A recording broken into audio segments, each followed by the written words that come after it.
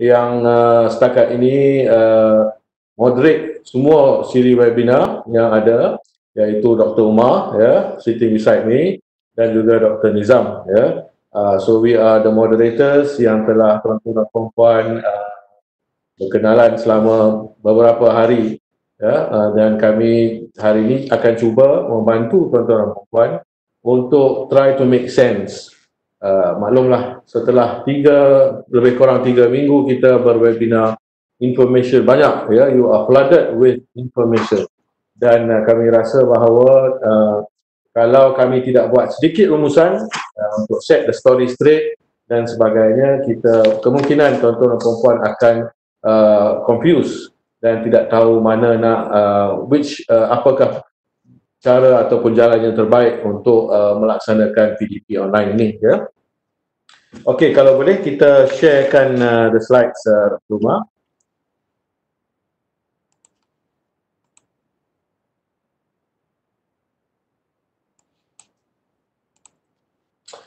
Okay, so this is the slides yang kita sempat pakai. Thank you Umar for that. Agenda kita adalah pengenalan dan juga kita key takeaways mengikut tema.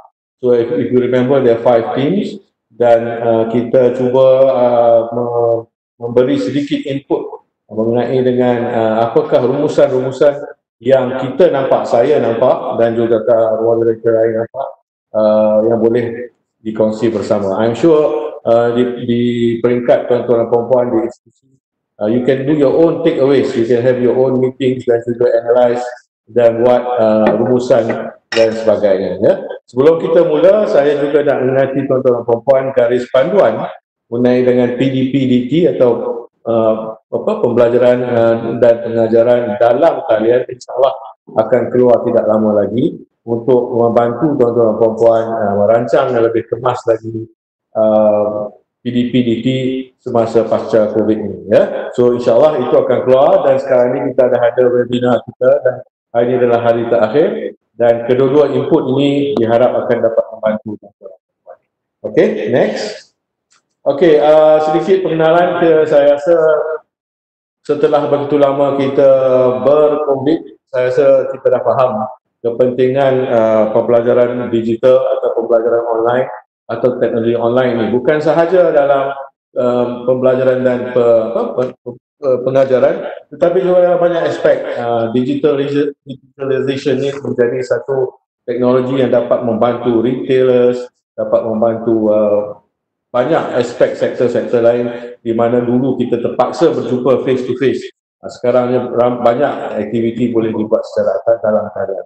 So it's a technology has come to a stage where dia menjadi very important untuk kita sebagai satu shield untuk memerangi COVID-19. So today we are talking about PDP-DT online dalam pasca COVID. Okey, secara roughly inilah dia matlamat siri webinar kita, just to recap. Untuk meningkatkan kesediaan warga politeknik dan college community. Ini adalah tujuan utama kita. Jadi kita dah spend about 38 webinars daripada pelbagai panel-panel, telah memberi khidmat nasihat, telah memberi untuk ajar, telah berkongsi information untuk memastikan bahawa warga kita di politeknik dan college community equipped dengan knowledge untuk menangani pasca COVID ini dengan menjalankan PDP. Yang kedua adalah memantapkan pengetahuan dan kemahiran sebagai warga politeknik dan college community. So a lot of information telah kita beri, so that kita harap is very useful, dapat tuan-tuan dan puan gunakan. Dia adalah satu platform untuk berkongsi pengalaman dan kepakaran dengan warga politeknik dan college community. So seperti mana yang saya dah kata sebelum ni, webinar ini adalah kali pertama kita berjumpa di atas dalam talian, dan ia adalah satu platform yang kami rasa akan quite popular. So kita akan teruskan this platform sebegini untuk membantu warga akademik dengan pelbagai topik-topik yang, and then peningkatan profesionalisme melalui perkongsian ilmu. Kita dah tahu bahawa kita dah mengeluarkan sijil atau NKs, nota apa MPK, pengesahan kehadiran MPK, di mana itu boleh tuan-tuan dan puan-puan gunakan untuk peningkatan profesionalism. So very good. I think the matlamat webinar from our point of view is something that is successful and kita boleh extend. Next, Alma. Okay, sepintas lalu. Okay, so pintas lalu. This is something I think I nak serahkan kepada Umar untuk go through. This is a interesting infographic. Umar. Okay, selamat pagi semua, selamat datang kami ucapkan kepada untuk sesi rumusan pada hari ini. Okay, secara sepintas lalu kita dapat lihat di sini tempoh webinar berlangsung dari 9 hingga 25 Jun. Jumlah webinar adalah 40 slot, termasuk satu slot pembuka dan satu slot penutup, tapi 38 slot webinar berjaya kami arrange untuk benefit anda. Okay, so antara tema dia 5 tema. So tema pertama, pelaksanaan PDP dalam talian melalui platform pengurusan pembelajaran LMS dan platform komunikasi sebanyak 6 slot. Tema kedua, pelaksanaan PDP dalam talian melalui platform sidang video bagi PDP secara langsung untuk live teaching 4 slot. Pembangunan sumber atau media untuk pelaksanaan PDP dalam talian ataupun content creation sebanyak 10 slot. Amalan terbaik pelaksanaan PDP dalam talian ataupun the best practices 14 slot. Dan terakhir, pengurusan kendiri, kesejahteraan dan sokongan moral ataupun lecturer survival kit sebanyak 4 slot. Okay, so jumlah panel yang kita ada sepanjang sesi webinar adalah seramai 48 orang, iaitu 8 orang pensyarah dari Universiti Tempatan, dari Politeknik Malaysia 19 orang, College Community Malaysia 6 orang, panel luar seorang dan panel antarabangsa 4 orang. Saya sebenarnya dari pihak kami sangat berbangga kerana telah mendapat respons yang sangat hebat. Bukan senang untuk kita berkongsi dalam satu platform yang open, so I think that takes a lot of confidence, and I'm very very proud that many of you actually came forward with your proposal on what you like to share during our webinars. Right, so jumlah kumulatif peserta ialah seramai 15,000 orang. Setahnya diucapkan kepada anda sebab tanpa sokongan anda sebagai peserta webinar, di manalah kami. Right? Thank you, Dr. Umar. So sepintas lalu ada data that we would like to share with you dan menunjukkan bahawa as a pioneer webinar, I think the webinar has made a good impact kepada warga kita and also warga international termasuk universities dan sebagainya. So thank you, Dr. Umar, for that. So kita punya mengupas dan memberi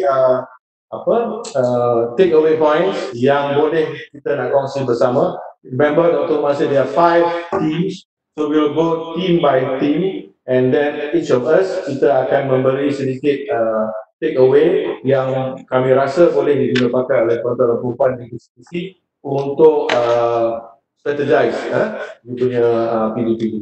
Okay, so tema pertama adalah pelaksanaan PDP dalam talian melalui platform pengurusan pembelajaran LMS. This one talks about the LMS. If you remember, untuk beberapa kita talk about CDOS fundamentals. Bermula dulu the first one dengan Cik Harun dan sebagainya.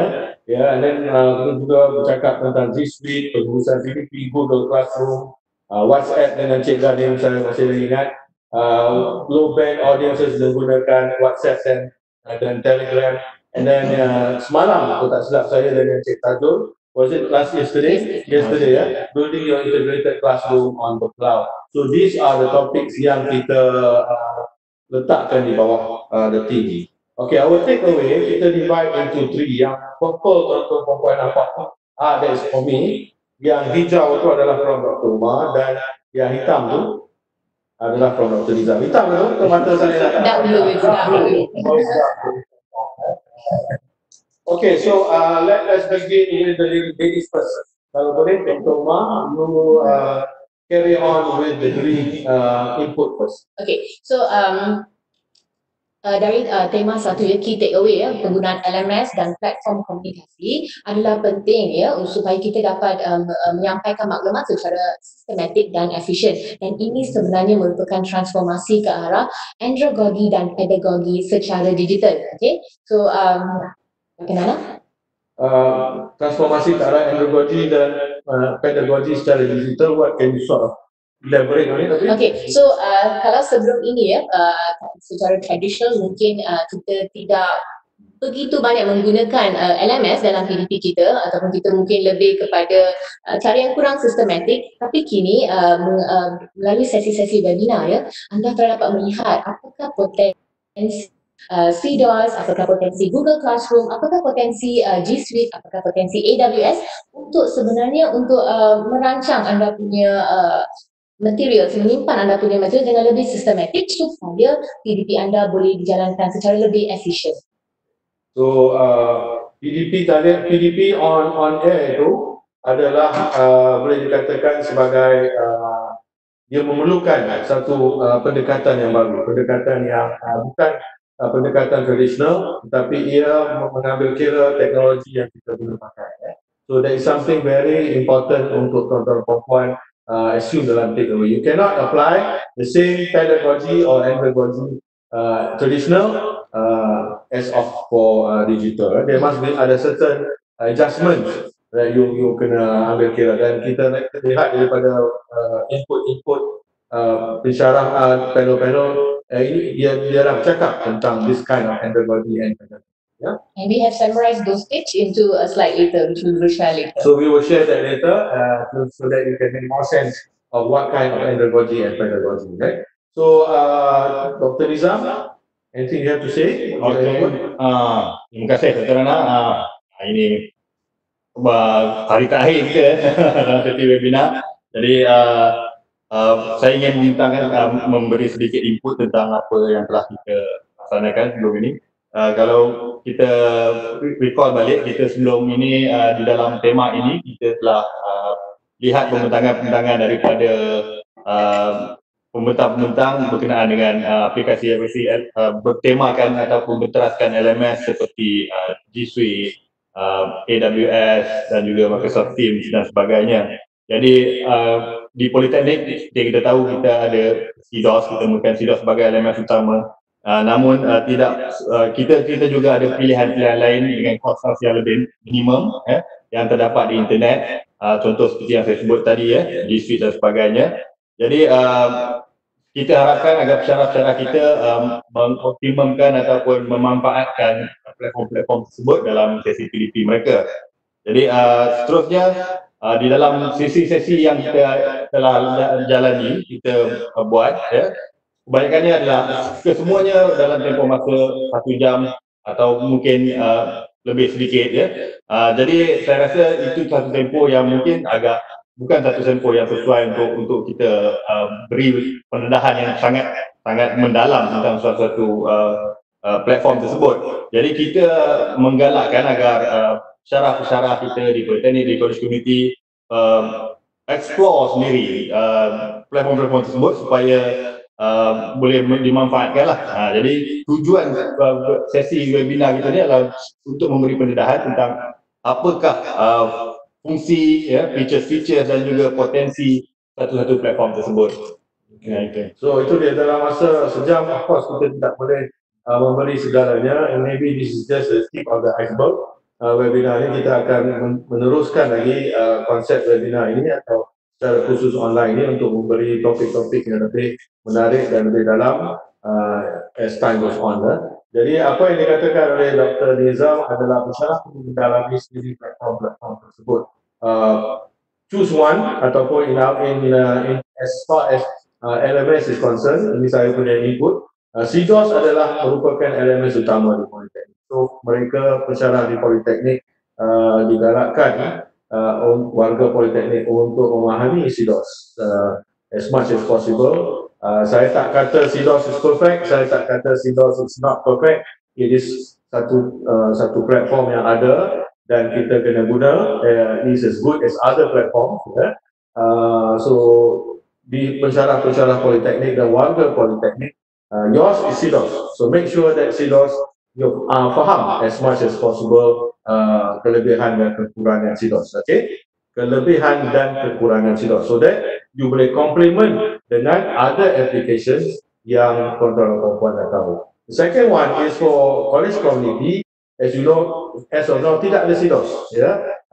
Kemungkinan as time comes in the future, when CDOS ada enough resources, kita akan open the gates to CDOS, to college community. But as of now, kita galakkan tuan-tuan dan puan menggunakan Google Classroom sebagai your LMS utama.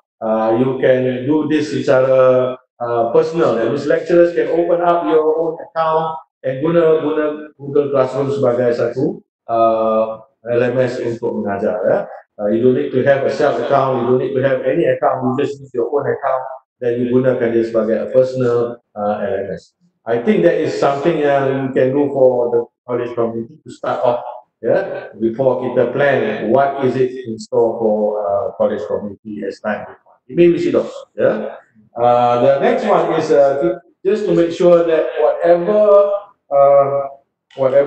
LMS that you guna, the importance of the LMS adalah rancangan mengajar.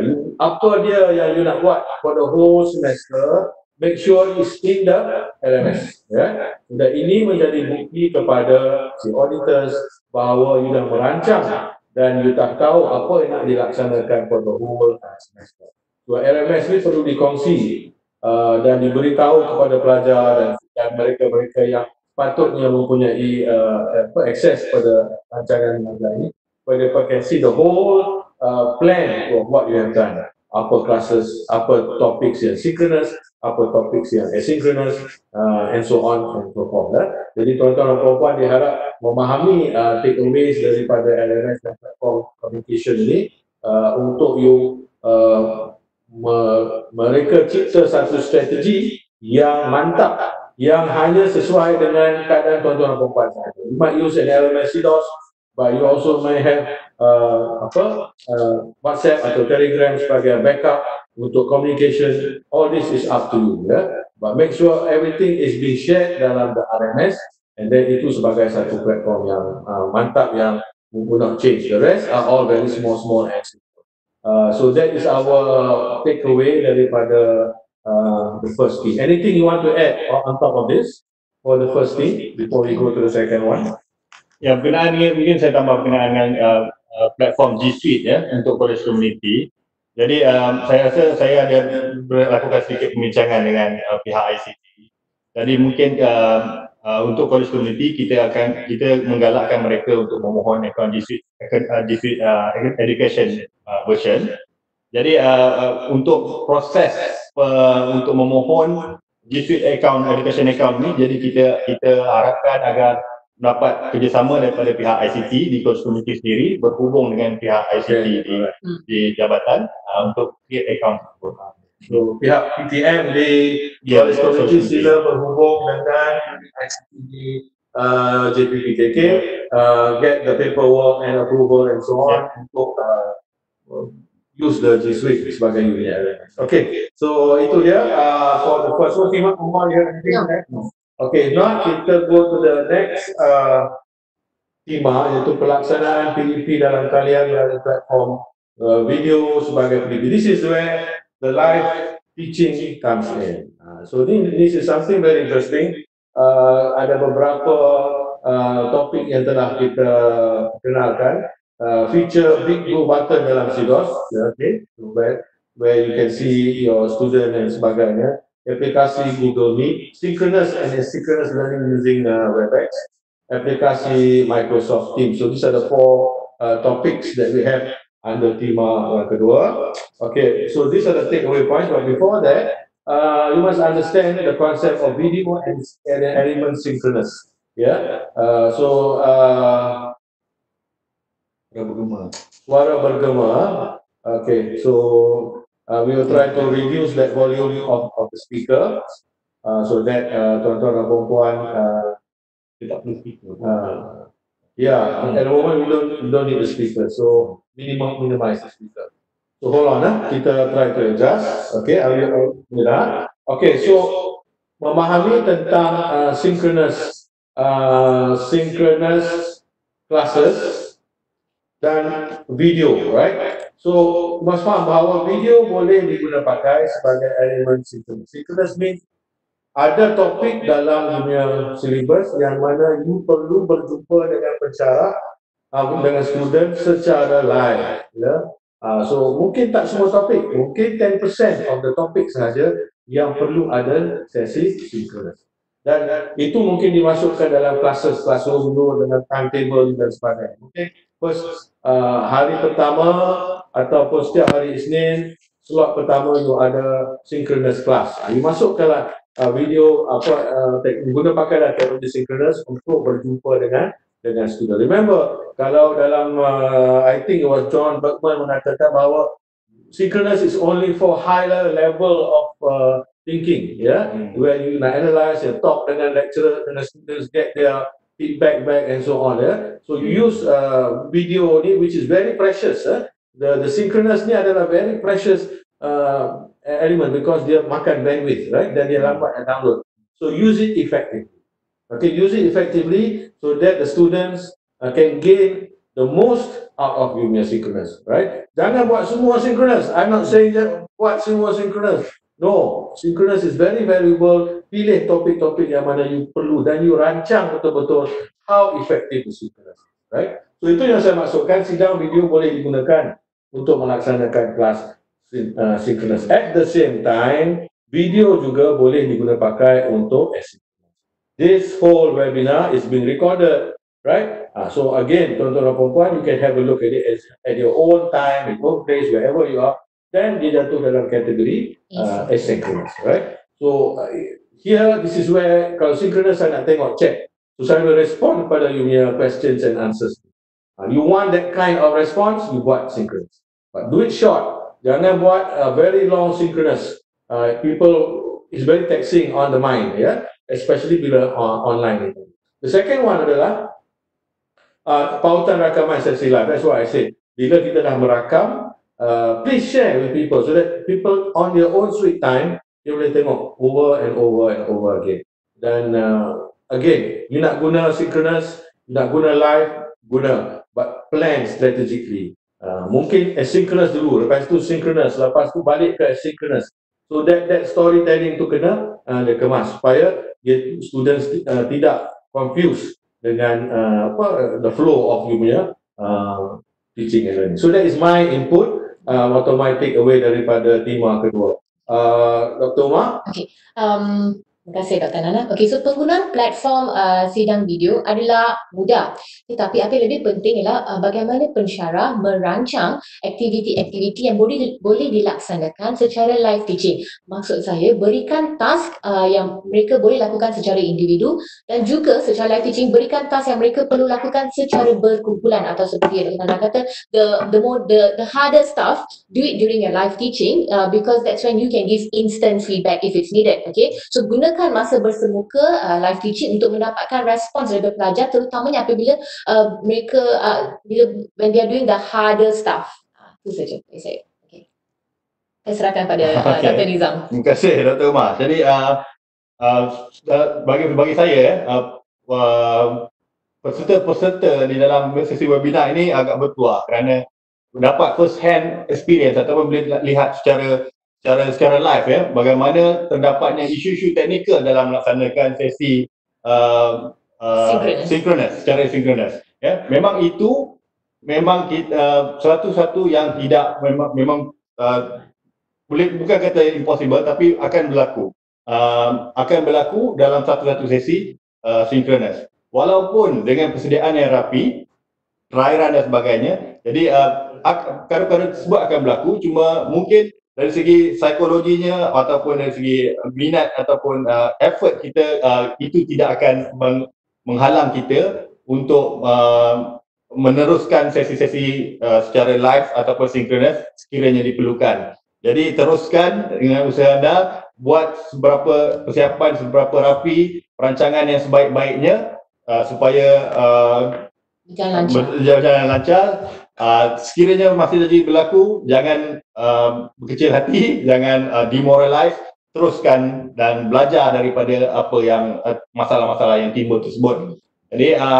Jadi seterusnya dari segi perancangan, seperti yang Dr. Nana dan Dr. Umar mungkin telah terangkan dengan lebih detail, di mana kita perlu buat perancangan dari segi masa, seperti kita masuk kelas secara bersemuka, perlu ada rancangan mengajar, perlu ada perancangan masa supaya kelas kita berjalan dengan lebih efektif dan berstruktur supaya dapat menyampaikan kandungan pembelajaran dengan lebih dan disampaikan untuk memberikan pembelajaran yang lebih bermakna. Also establishing the ground rules, especially when you're doing live teaching, establish ground rules seperti pada pukul berapa minit sebelum sesi live teaching tu pelajar patut sudah patut online, bila mic patut di-mutekan, adakah video semua patut, is it okay for them to not show their video. So these are the things that you may want to establish with your students for live teaching sessions. Okay. Next. What about this? The infographic? No, you skip that one. Oh, we skip this. No, you use. That's tema 3. One page. Okay. That's tema 3. All right. So we have got. I'm sorry. I got. Oh, this is tema 3. Sorry, yeah. Now we go to the third theme, which is pembangunan sumber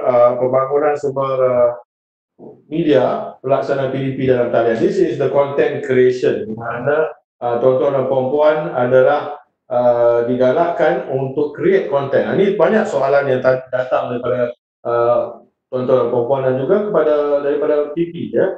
Everybody now tanya, semua orang kena buat video ke? Dalam masa yang singkat ni, you nak buat video, it's not going to happen. It's not going to make, it's going to be very difficult. Banyak dah ada.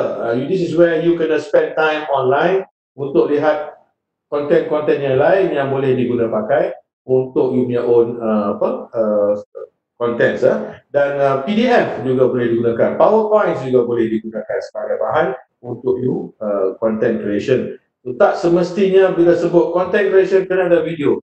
Jadi paradigm mengajar melalui today we are going to do this, today we are going to do that is over, right? It can become dalam PowerPoint, it can come dalam PDF. This is where you do your blended. Lepas tu you ada your assignment untuk test student punya understanding of the two, and then you ada rules and regulation. Kalau student tak jawab, what kind of implication dia akan hadapi. So strategy is all about the strategy. So this team is about content creation. How are you going to create very fast content creation? So you have got Plotagon, you have got Pair Deck, you have got Screen Castify, Screen-O-Matic, and then we have got quizzes, quiz app, puzzle mentimeter, video editing gunakan Filmora dan sebagainya. So our takeaway points are, next. Okay, our takeaway points are, I don't have any takeaway points, so it's all purple and black. So Purple is yours. Purple is yours. Purple is mine. Okay. Yes. Sorry, I'm getting old. Okay, this is mine. Alright, I'm saying that terdapat banyak aplikasi di pasaran. Pensyarah perlu pilih app yang sesuai untuk digunakan. Okay, this is what I mean by that. Yes, kalau tadi you tengok so many kinds of apps yang telah digunakan dan ada lagi yang kami sendiri pun tak tahu. And you'll get the market will get to be flooded with more and more apps. So in the end, which app yang mana yang you nak? Okay, you have got to know what is it that you nak buat. Some apps can do so many things. Some apps hanya fokus kepada certain things sahaja. So pilihlah apps yang paling sesuai. You don't have to know everything unless you're passionate about apps. Go ahead, you are app person, right? Then you can be an educator. You can be a person yang akan mengajar kemudian. Pilih app yang sesuai, tahu classification dia, screencasting ataupun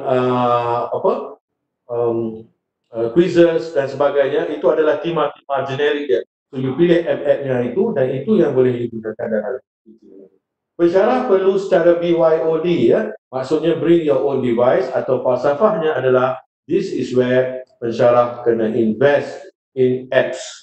Ada apps yang free, ada packages yang not free, tapi premium, you have to charge more, then you have to pay. So as a lecturer dalam 21st century teaching and learning ni, as you invest in paper, pencil and computer dan sebagainya, you kena start to invest in apps.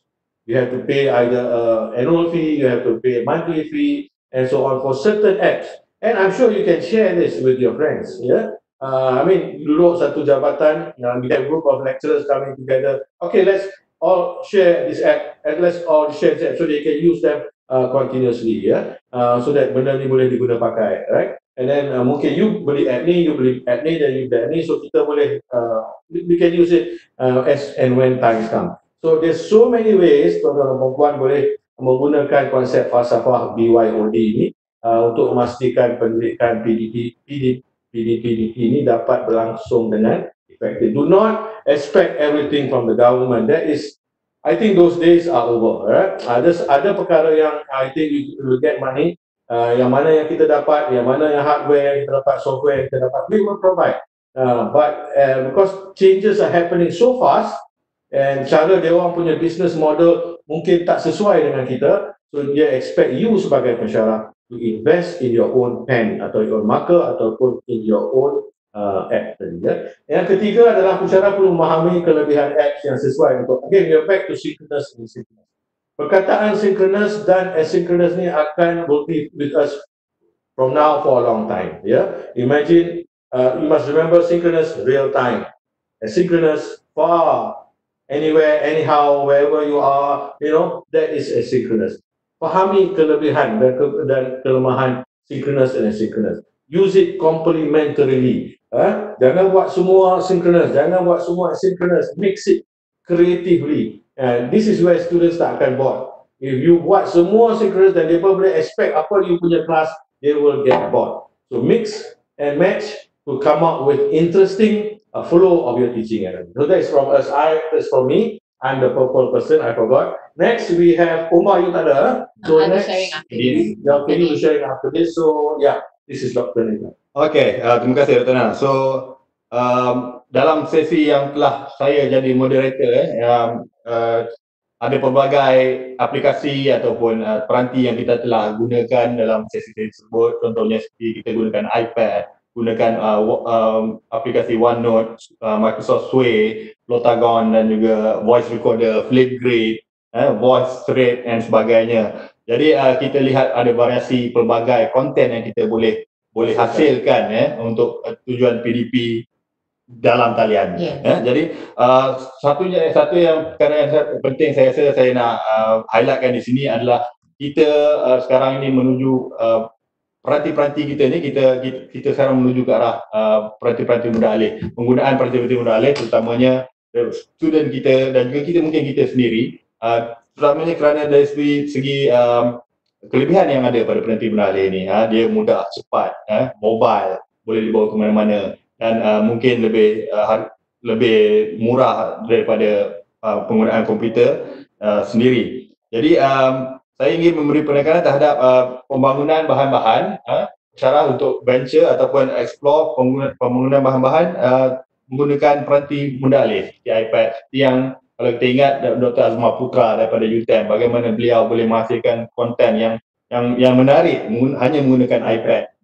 Jadi satu yang mungkin kita tidak terfikir selama hari ini, yang bahawasanya konten sebegitu boleh dihasilkan hanya dengan menggunakan tablet di iPad.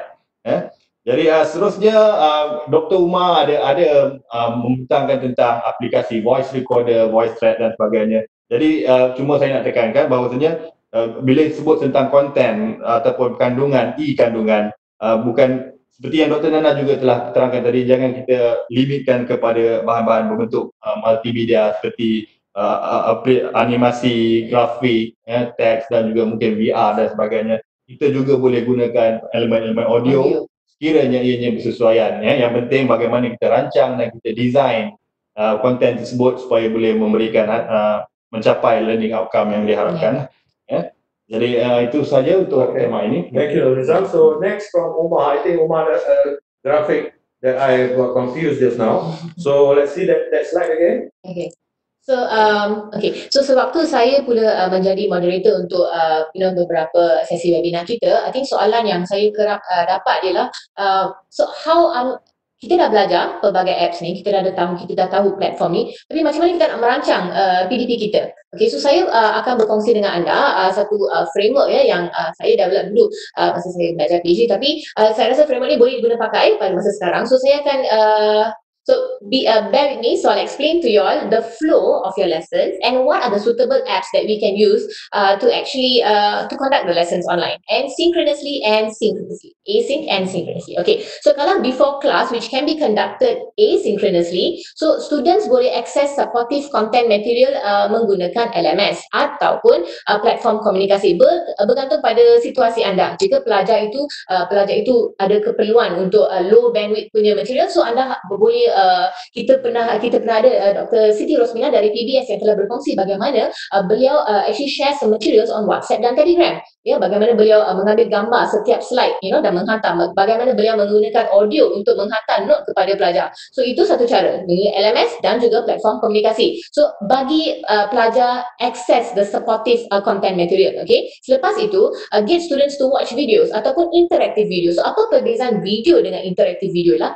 Video interaktif sebenarnya menggunakan pelajar bukan melihat video secara pasif.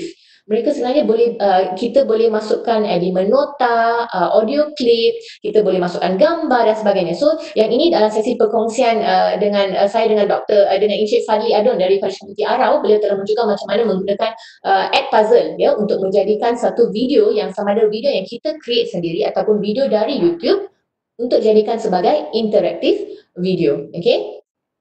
Lepas itu pelajar boleh complete quizzes on these interactive videos ataupun tanpa meninggalkan masa. Okay, selepas itu kita ada sesi semasa kelas untuk synchronous. Okay, di sini masa live teaching nak buat macam mana? So first, ingat tak banyak panel kita, ya, best practice mereka kata review apa yang kita bagi material sebelum kelas. So review dengan pelajar, sama ada dengan quiz, sama ada dengan survey ataupun poll ataupun dengan discussion. Selepas itu, sewaktu sesi synchronous, anda boleh buat live demo ataupun boleh menunjukkan recorded demo, tapi anda boleh bersama-sama dengan pelajar.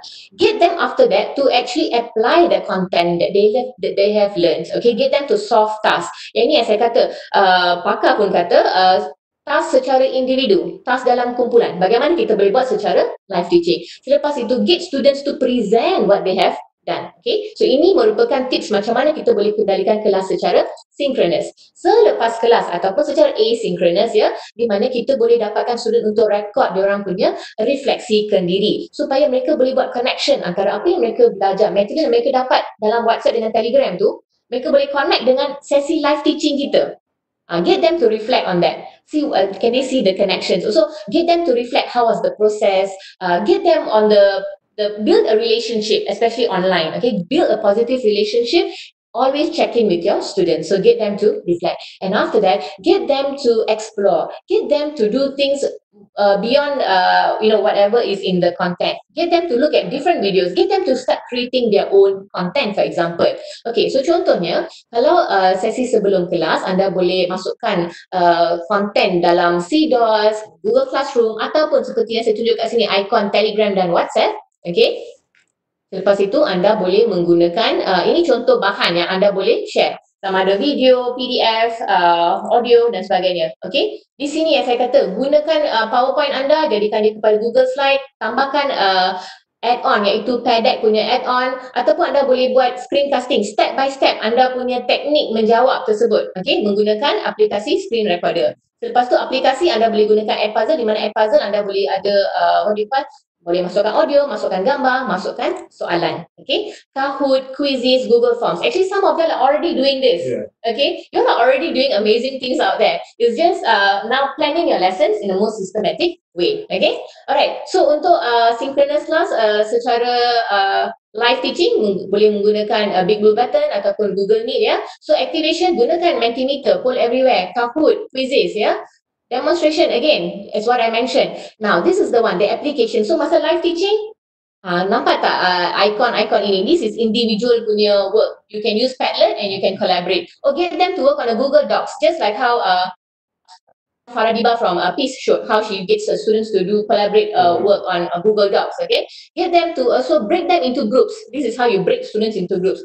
For those teaching mathematics, get them to work on smart boards, online smart boards. Okay. finally get students to present. So they can either present, on PowerPoint or in a video or audio form in Flipgrid, or even create their own Canva. So after class, get them to reflect. So as I said, reflection can be done using audio. So just use the native apps available in your own phone. Okay, and then get them on OneDrive, Flipgrid, Canva. So this is how this is my sharing, my takeaway on how you can actually use these different apps to actually plan your lessons. Okay, thank you very much,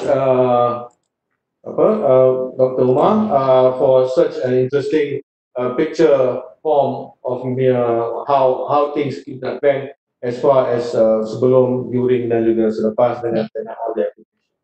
So itu satu perkara yang boleh tuan-tuan buat explore. As I said, it's not a formula, it's not one. It's a guide. Yeah, it's a guide. It's not a fixed rule, but possibilities and potential.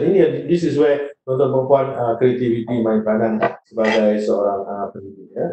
Okay, tema keempat, amalan terbaik. This is the best practices. So there are many of them. Saya tidak akan go through. Hanya kita straight away we go to the best takeaways. Okay, yang saya punya adalah amalan terbaik ini boleh digunakan sebagai garis panduan. This is satu perkara yang kita pernah faham. Perkara ini work for the panel because of their environment. Yeah, of course because of their student capacity, because student level of matureness dia sendiri, passion dia sendiri dan sebagainya. Dan that amalan happen to work for him or her. But tuan-tuan perempuan, everybody ada their own strength and own weaknesses. You have got to plan and learn step by step. Jangan expect everybody. I don't expect everybody to be Prof Karim tomorrow. Ataupun so it is something that you have to go step by step and improve. Instead, find who you are. Siapakah you sebagai seorang pendidik online ini? What kind of teaching philosophy you want? And then you explore that. Then you guna these tools. So the time for traditional teaching is almost over. Online learning is going to be here. So it's time for us to get serious dengan digital learning. Number two, pensyarah perlu memahami, as I said, perlu memahami kekuatan dan belajar infrastruktur sebelum mencuba idea amalan, as I said.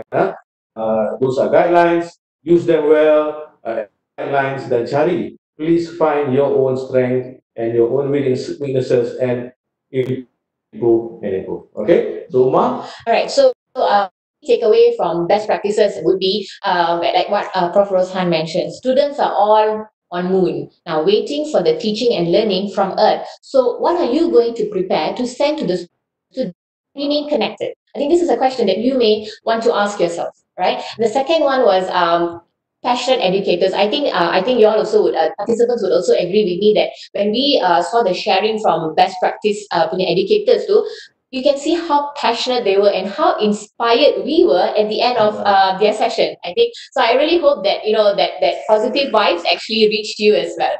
And finally, it would be plan. You can't just wing it. So that would be my three key takeaways from best practices in your webinars. Yeah. Okay, over to you. Okay, thank you.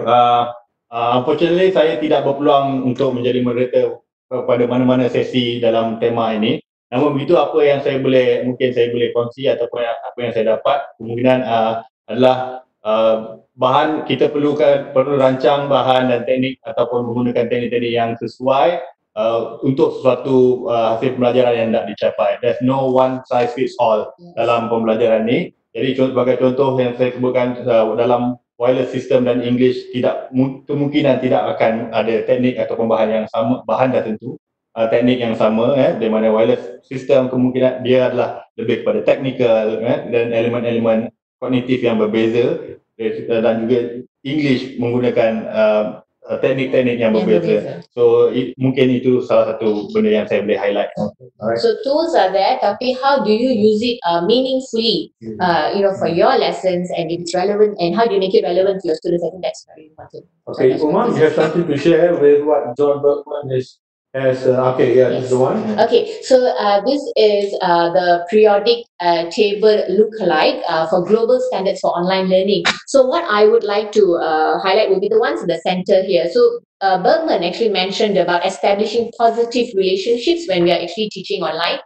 He also mentioned when do we use the lower blooms. So the lower blooms are usually conducted like, asynchronously before class. Okay. Also, as instructors, learn to focus on group space. So maybe I can use the what do you call, the annotation here, so that will be easier for us to see. Okay, so this, I hope this will be make it easier for you all. But anyway, let's look at this. So get meaningful tasks, get short media. Many best practices speakers mentioned that please do not create videos as long as 5 minutes. The shorter the better. Chunk the media. Also do practical activities. Remember to connect prior knowledge. So make sure students come prepared before they start your live session with you. Also, when you ask them, use proper questioning strategies. Instead of asking them, faham ke tak, get them to do a low stakes assessment.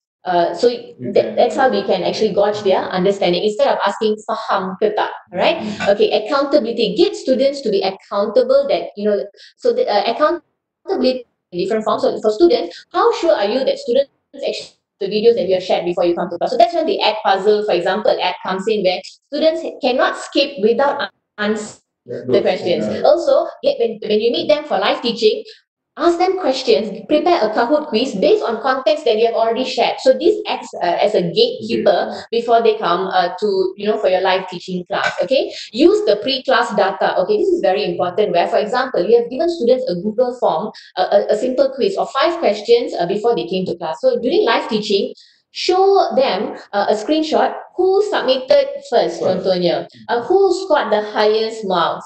Give them like, let them feel that, hey, it's worth that I actually did this task. At least she actually, my lecturer actually observed my progress. Okay, get that done. Also, teach to interact. Okay, so always have an interaction with your students. So again, higher blooms are done during live teaching, maybe. Okay, set clear expectations, embrace failures, like what Dr. Niza mentioned.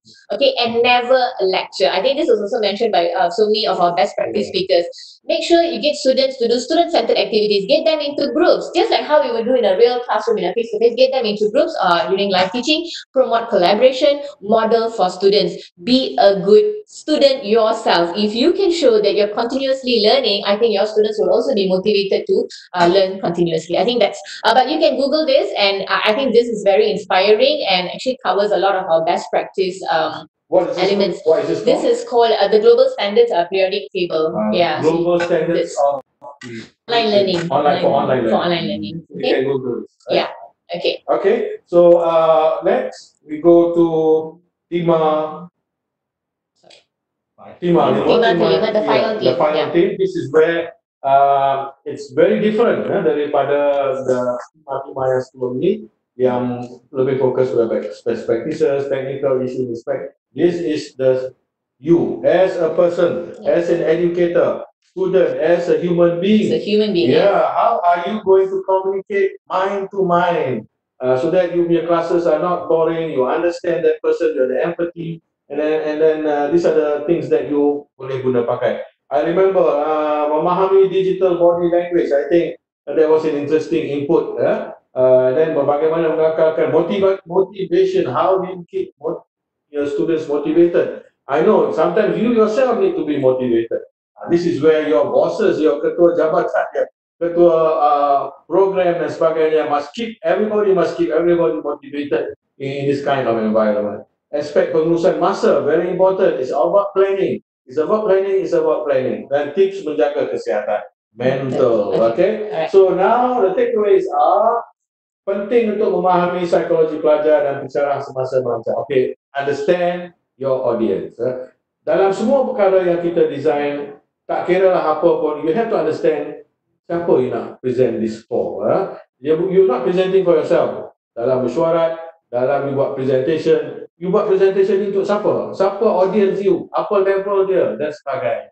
You have got to do it. Orang buat filem, dia pun ada market, audience dia siapa? Dia bercakap dengan apa? So those kind of things you tak boleh lari. You understand your market, you understand your students, and you understand yourself. Plan. Ini yang saya kata tadi. Walaupun face to face ke, tak face to face ke, traditional ke, discrete plan to plan ni, you cannot run away. Especially online, you have really got to be someone yang strategize, because your time you adalah all over the place. Kalau dulu you dah 1 hour, now the time is yours.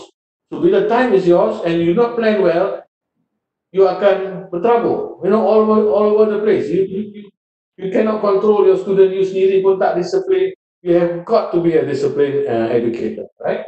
Bersusah-susah dulu, bersenang-senang kemudian. Okay, inilah dia, I think, the philosophy daripada all that we have seen. You will ask me, susah lah, time consuming, of course. But once you are there, once you dah dapat the what's the word, groove into it, you will improve yourself. Benda ni you buat, you boleh guna over and over and over and over. Right, so itulah konsep falsafah kita ya. Be patient and come up and carry through dengan this TET.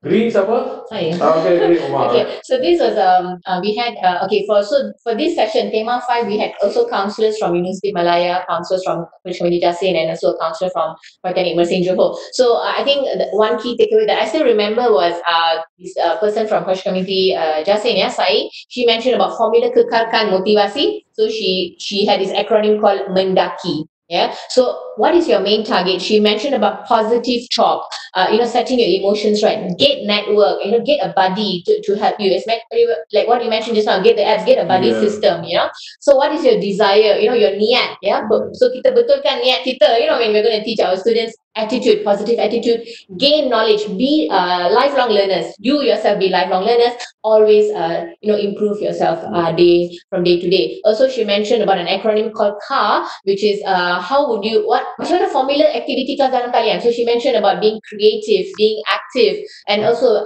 how are you going to respond to your student. Also, she mentioned about, building a rapport, get the session interactive, pantau masa perhatikan bahasa badan, persediaan mental dan physical. So these are my main takeaways from the 5th team. Okay, saya nak tambah sikit. Saya mengendalikan sesi daripada PMJ Puan Zaitun.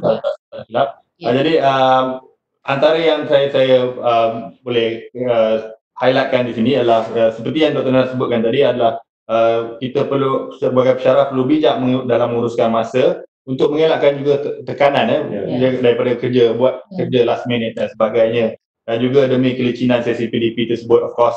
Dan juga kita perlu kategorikan kerja-kerja ataupun task kita tu kepada mengikut kepentingan, keutamaan dan juga kesegeraan task-task tersebut supaya kita dapat rancang yang lebih baik lah. Okay, thank you. So we've got about 5 minutes left, plus minus. I think ini kita dah habis. Kita dah habis the takeaways from the 5 teams. Ini adalah results ataupun some data yang kita nak kongsi dengan tuan-tuan dan puan mengenai dengan the webinar. So maybe Dr. Nizam, you can bring us through this. Okay, mungkin secara superficially kita cuba memandangkan masa agak terhad. So yang ini, results ini adalah daripada survey ataupun questionnaire yang telah dibuat oleh Dr. Umar. Terima kasih kerana itu. Dan daripada survey itu menggunakan instrumen Google Form.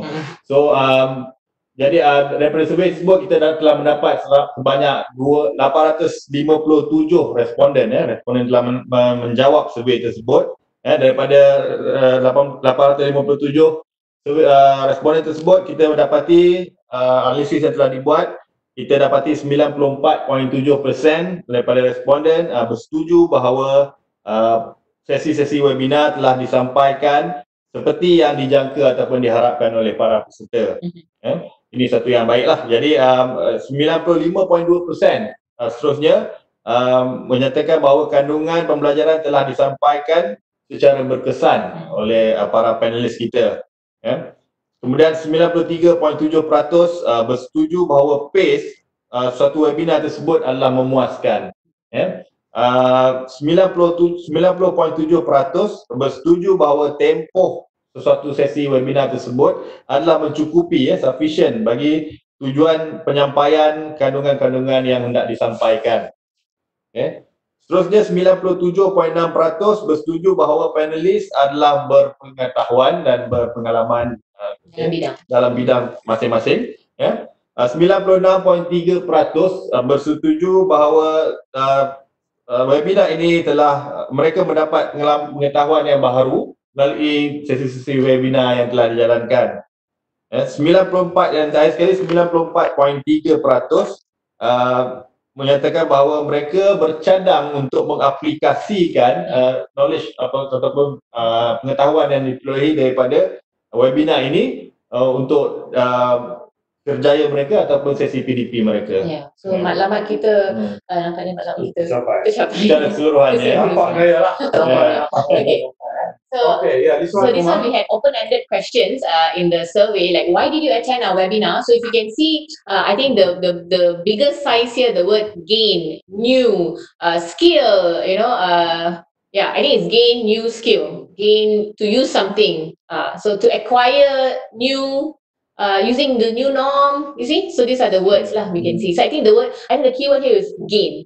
That's why they wanted to attend our webinar. They want to gain something. Yeah. So what was your biggest takeaway? When the question I asked was, what was your biggest takeaway? And then I think online learning, new way of teaching, I think. Yeah. So from this is what I can interpret from here. So I think they have actually learned something new. Yeah. That's what we'd like to share. Okay. All right. So So I think that comes to the last slide. Jawabnya terus. Okay, before we go to the question and answers, let me complete this. Our way forward. Our way forward is that instructors dekat Polytechnic and College Community, kita expect you to become lifelong learners. Selalunya kita expect students to become lifelong learners, tapi untuk menjayakan this whole teaching and learning thing, we have got to make sure that students dan juga lecturers see themselves as lifelong learners. Bila kita see ourselves as lifelong learners, there's no stop. It's always going on. Kita accept failure and kita accept that it's going to take some time, but we do not give up. So itu adalah way forward yang pertama atau point yang saya rasa kita nak stresskan di sini. Number two, we dekat JPPKK as far as BIPD atau CIA adalah Curriculum Instructional and Assessment. Kita akan cubalah assist in terms of matters related to CIR online teaching. Curriculum juga akan menggunakan pakai platform ini untuk their inputs. Exam will have their inputs. In fact, today I think there will be one input from exam pukul 3 nanti on online assessment. So yes, this is the beginning. The webinar is not going to end here. Periodically kita akan guna this teknologi untuk kita sampaikan maklumat kepada tuan-tuan perempuan dan juga mendapat input dan information daripada tuan-tuan perempuan so that we can build a better future, right? So in the end kita semua belajar. This is something new for us. This whole webinar is something new for us. Something yang kita explore out of nowhere. Kalau you can see this room, memang a very small room. Dan kita tak expect pun kita nak wujudkan something like this here, tapi everything came together dengan Webex-nya dan dengan adanya saudara-saudara Gani dan juga Zahid dan Puan Nurul yang ada di belakang kamera yang tuan-tuan perempuan tak dapat lihat. So we created this webinar series. So thank you everybody atas kerjasama. This is not the end. In fact, today pun there are 2 more sessions after me. Yeah, so there are 2 more sessions after this, iaitu penasihat akademik. So ini moderator would be Dr. Siti Nurida yang akan bercakap dengan peranan penasihat akademik, especially untuk kursus yang dibuat secara dalam talian. So apakah peranan mereka? So lecturers who are not penasihat akademik juga kena faham apa peranan PA. So you can talk and we can communicate with them effectively. Yeah? Dan yang akhir sekali dapat penilaian secara digital, online assessment. Ini akan disampaikan oleh Majlis Syukur dan juga mereka-mereka daripada DJN. So those are the things yang kita dah prepare, and of course do not forget 4:30 insya-Allah kita akan ada bersama kita Dr. KP, JPP KK bersama kita, bersama dengan Dr. Umar sebagai host untuk wrap up, untuk memberi untuk sesi penutup webinar siri Digital City menurut ke norma baru. So that is the last but not least of the slot yang kita dah sediakan untuk tuan-tuan. So please spare sikit lagi masa lagi ya. I know it's been very taxing pada tuan-tuan dan puan-puan. It's been a long 3 weeks for you and for me here. I think it's a song for you and for me. So please bear with us. Make sure that you are here for 30 so that we can wrap it up and then we see our beloved Dr. KP and to hear what he has to say and how to move on. Thank you very much from all of us. Don't forget at 11 we have got the next slot. So Assalamualaikum dan salam sejahtera. Terima kasih. Selamat.